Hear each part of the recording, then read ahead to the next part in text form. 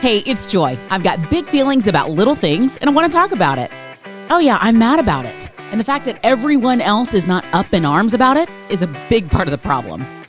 Oh, I bawled my eyes out, like I always do. It was the sweetest thing. Oh, it was the cutest thing. It was the funniest thing. Thanks for being here. Let's go. Well, hey, thanks so much for being here. I'm going to ask that you will come with me on this topic here. I need a little patience. I need some grace.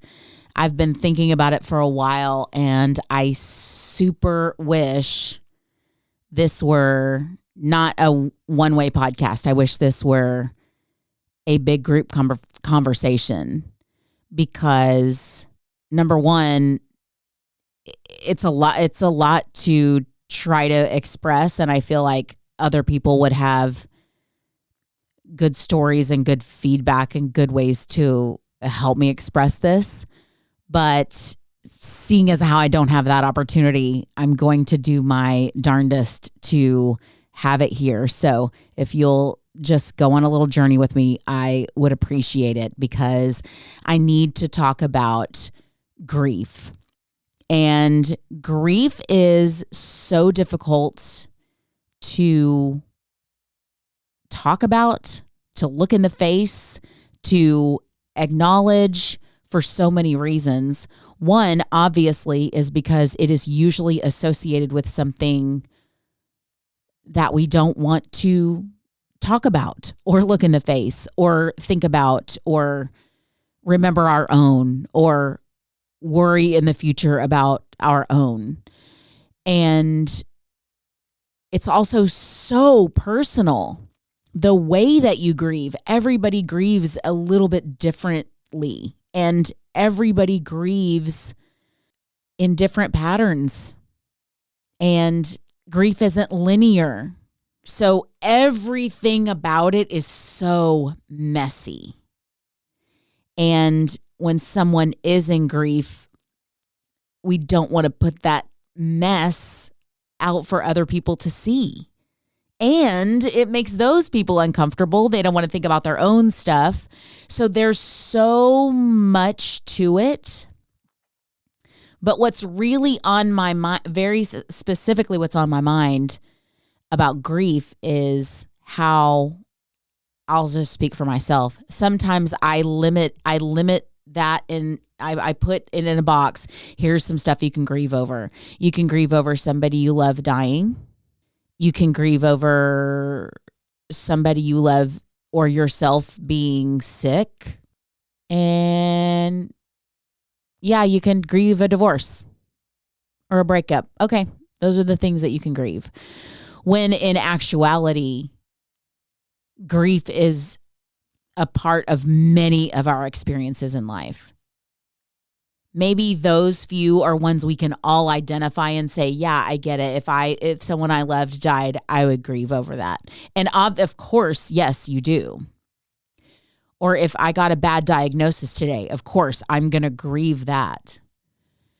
But I think we struggle, even somebody like me that does have big feelings, and I'm an Enneagram 4, so I'm a little bit more comfortable with those gray areas of life than some other people, but it's still so difficult to recognize that in someone else and to just walk through it ourselves.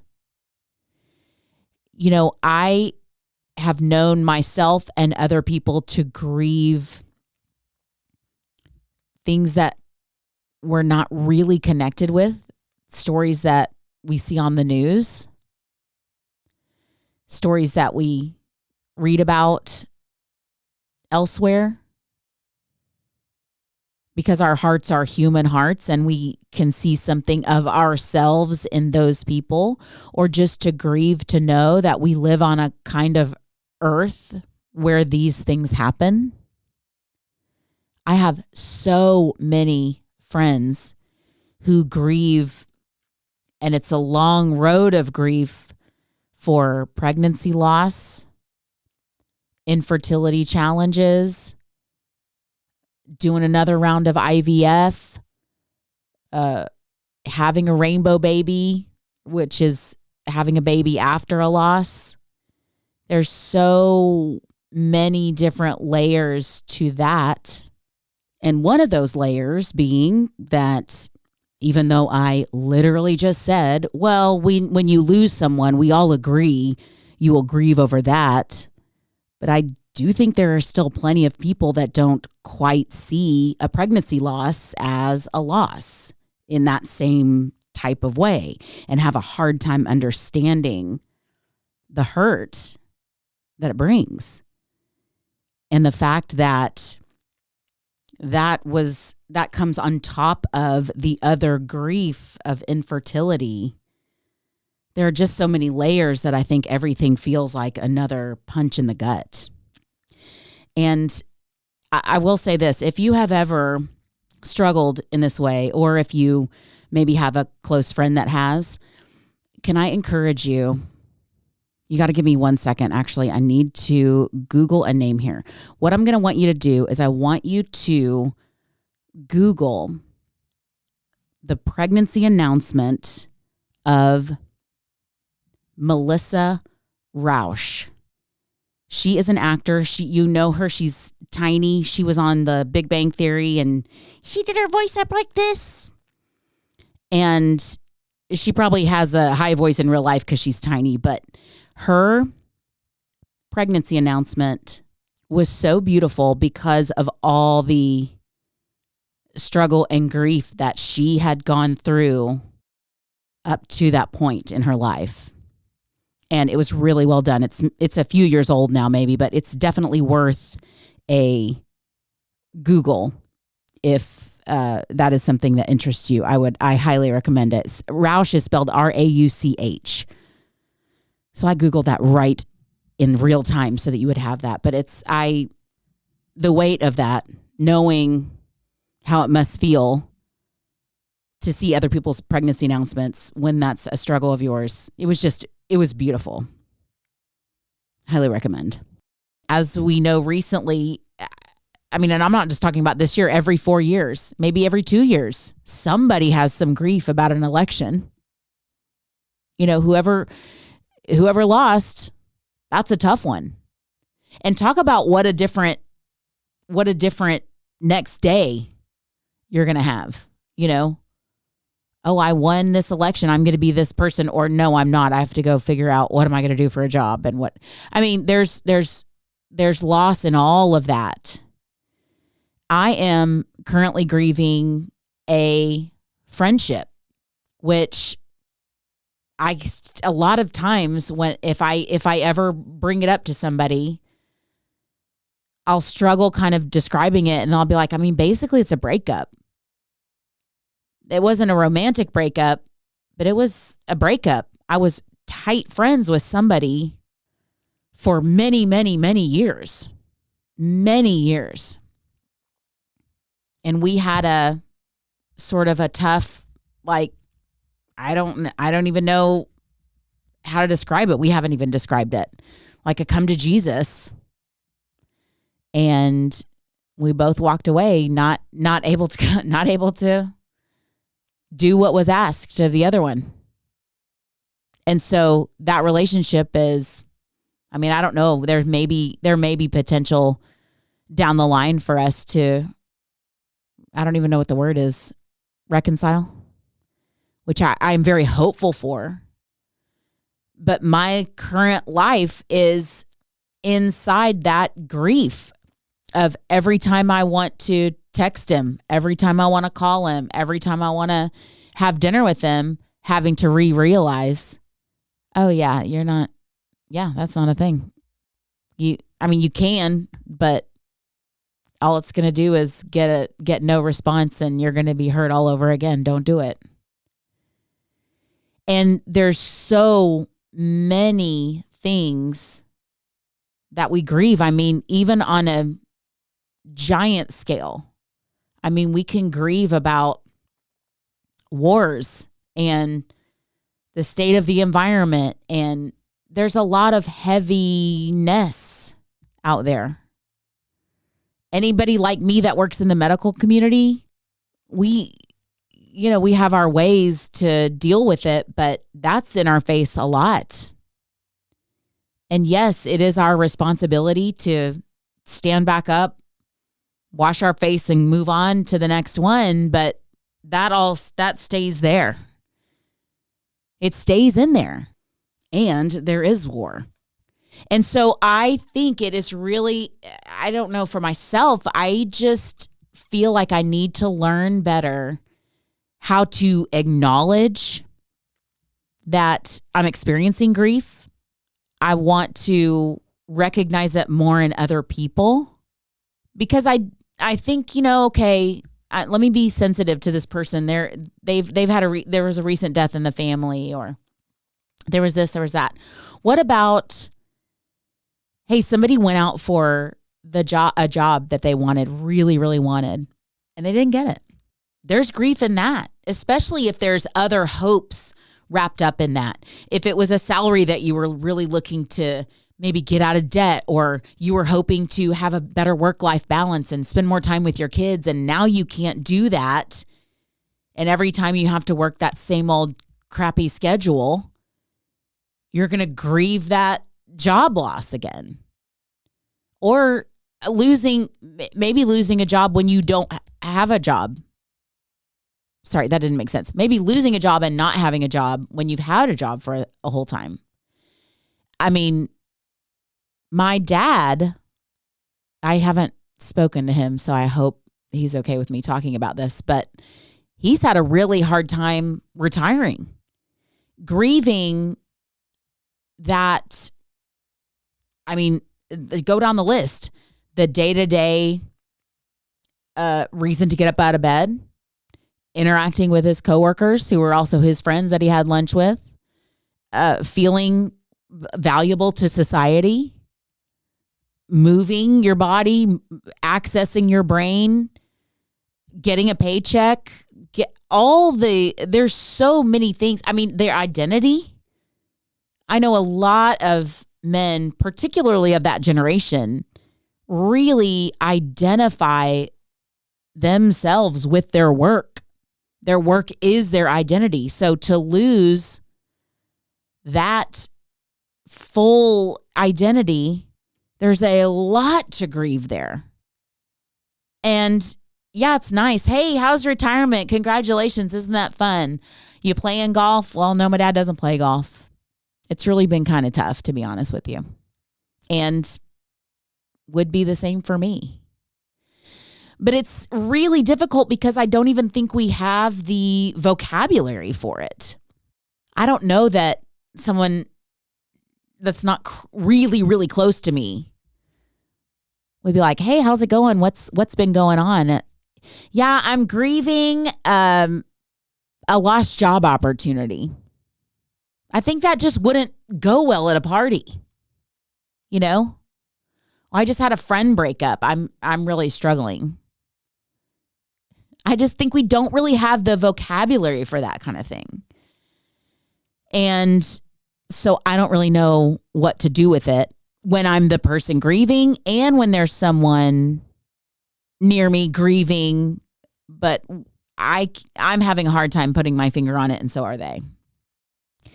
And why I also appreciate you being here with me in this is because I feel like all I'm doing is asking questions.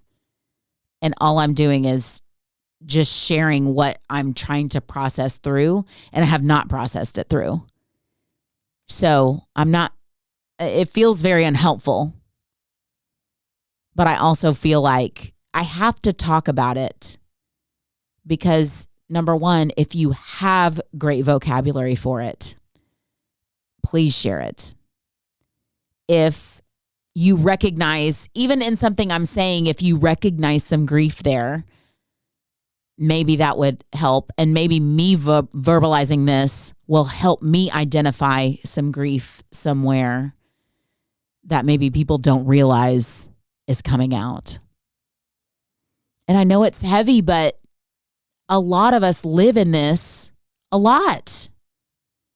Right? There's so many disappointments in life. There's so many hopes and dreams dashed. There's so many challenges And then on top of that, people that we love do die. And people that we love do get sick. And sometimes we get sick. So I'm wondering if even processing what I might term littler things, smaller things, but still very worth grieving over, would that even help me in the other? Because I'll tell you what else, a lot of my friends are struggling with this. Watching your parents age, even healthy aging, there's grief to that. Knowing your parents in their prime, when in your life that's mostly what you saw, and they took care of everything, and they were the smartest people you knew, and the tallest guy you knew, and the prettiest woman you knew. And thankfully, if you're lucky enough to get to watch them age, and please know I am grateful for that. But it's also heartbreaking in a certain way.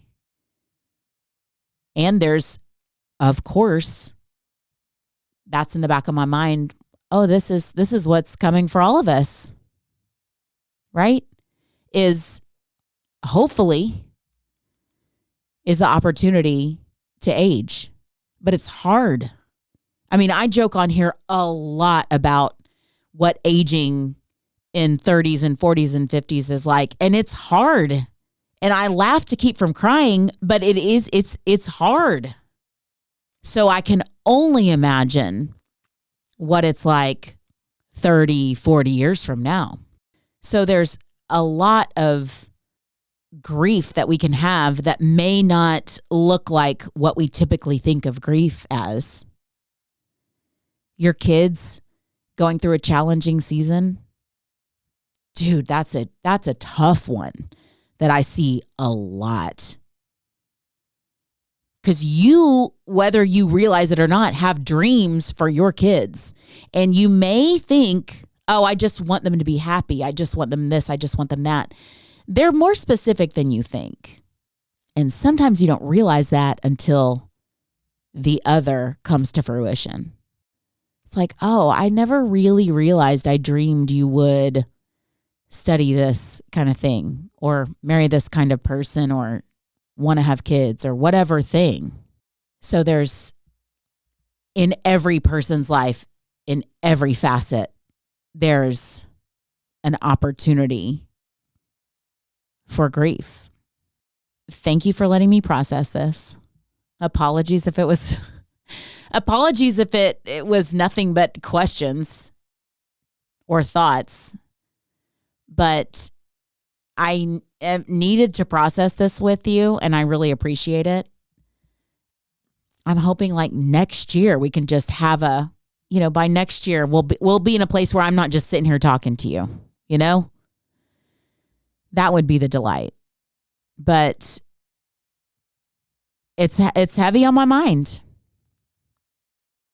And if you're in grief right now for something similar to what I mentioned or something that I'd never even considered, just know my heart goes out to you, and take the next step and acknowledge your grief. Sit in it when you need to. And my hope is that if I have interaction with you, I will be more ready and more sensitive than I have been. But feel free to verbalize it, because I think the more we talk about it, I think the better off we'll all be. Thank you. Honestly, thank you very much for letting me talk through that. I will try really hard to be lighthearted and funny next week. We'll see.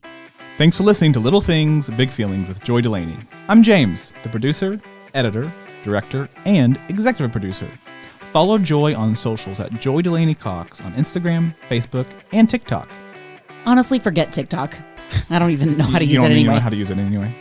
James. Follow Joy on socials at Joy Delaney Cox on Instagram and Facebook. See you next week.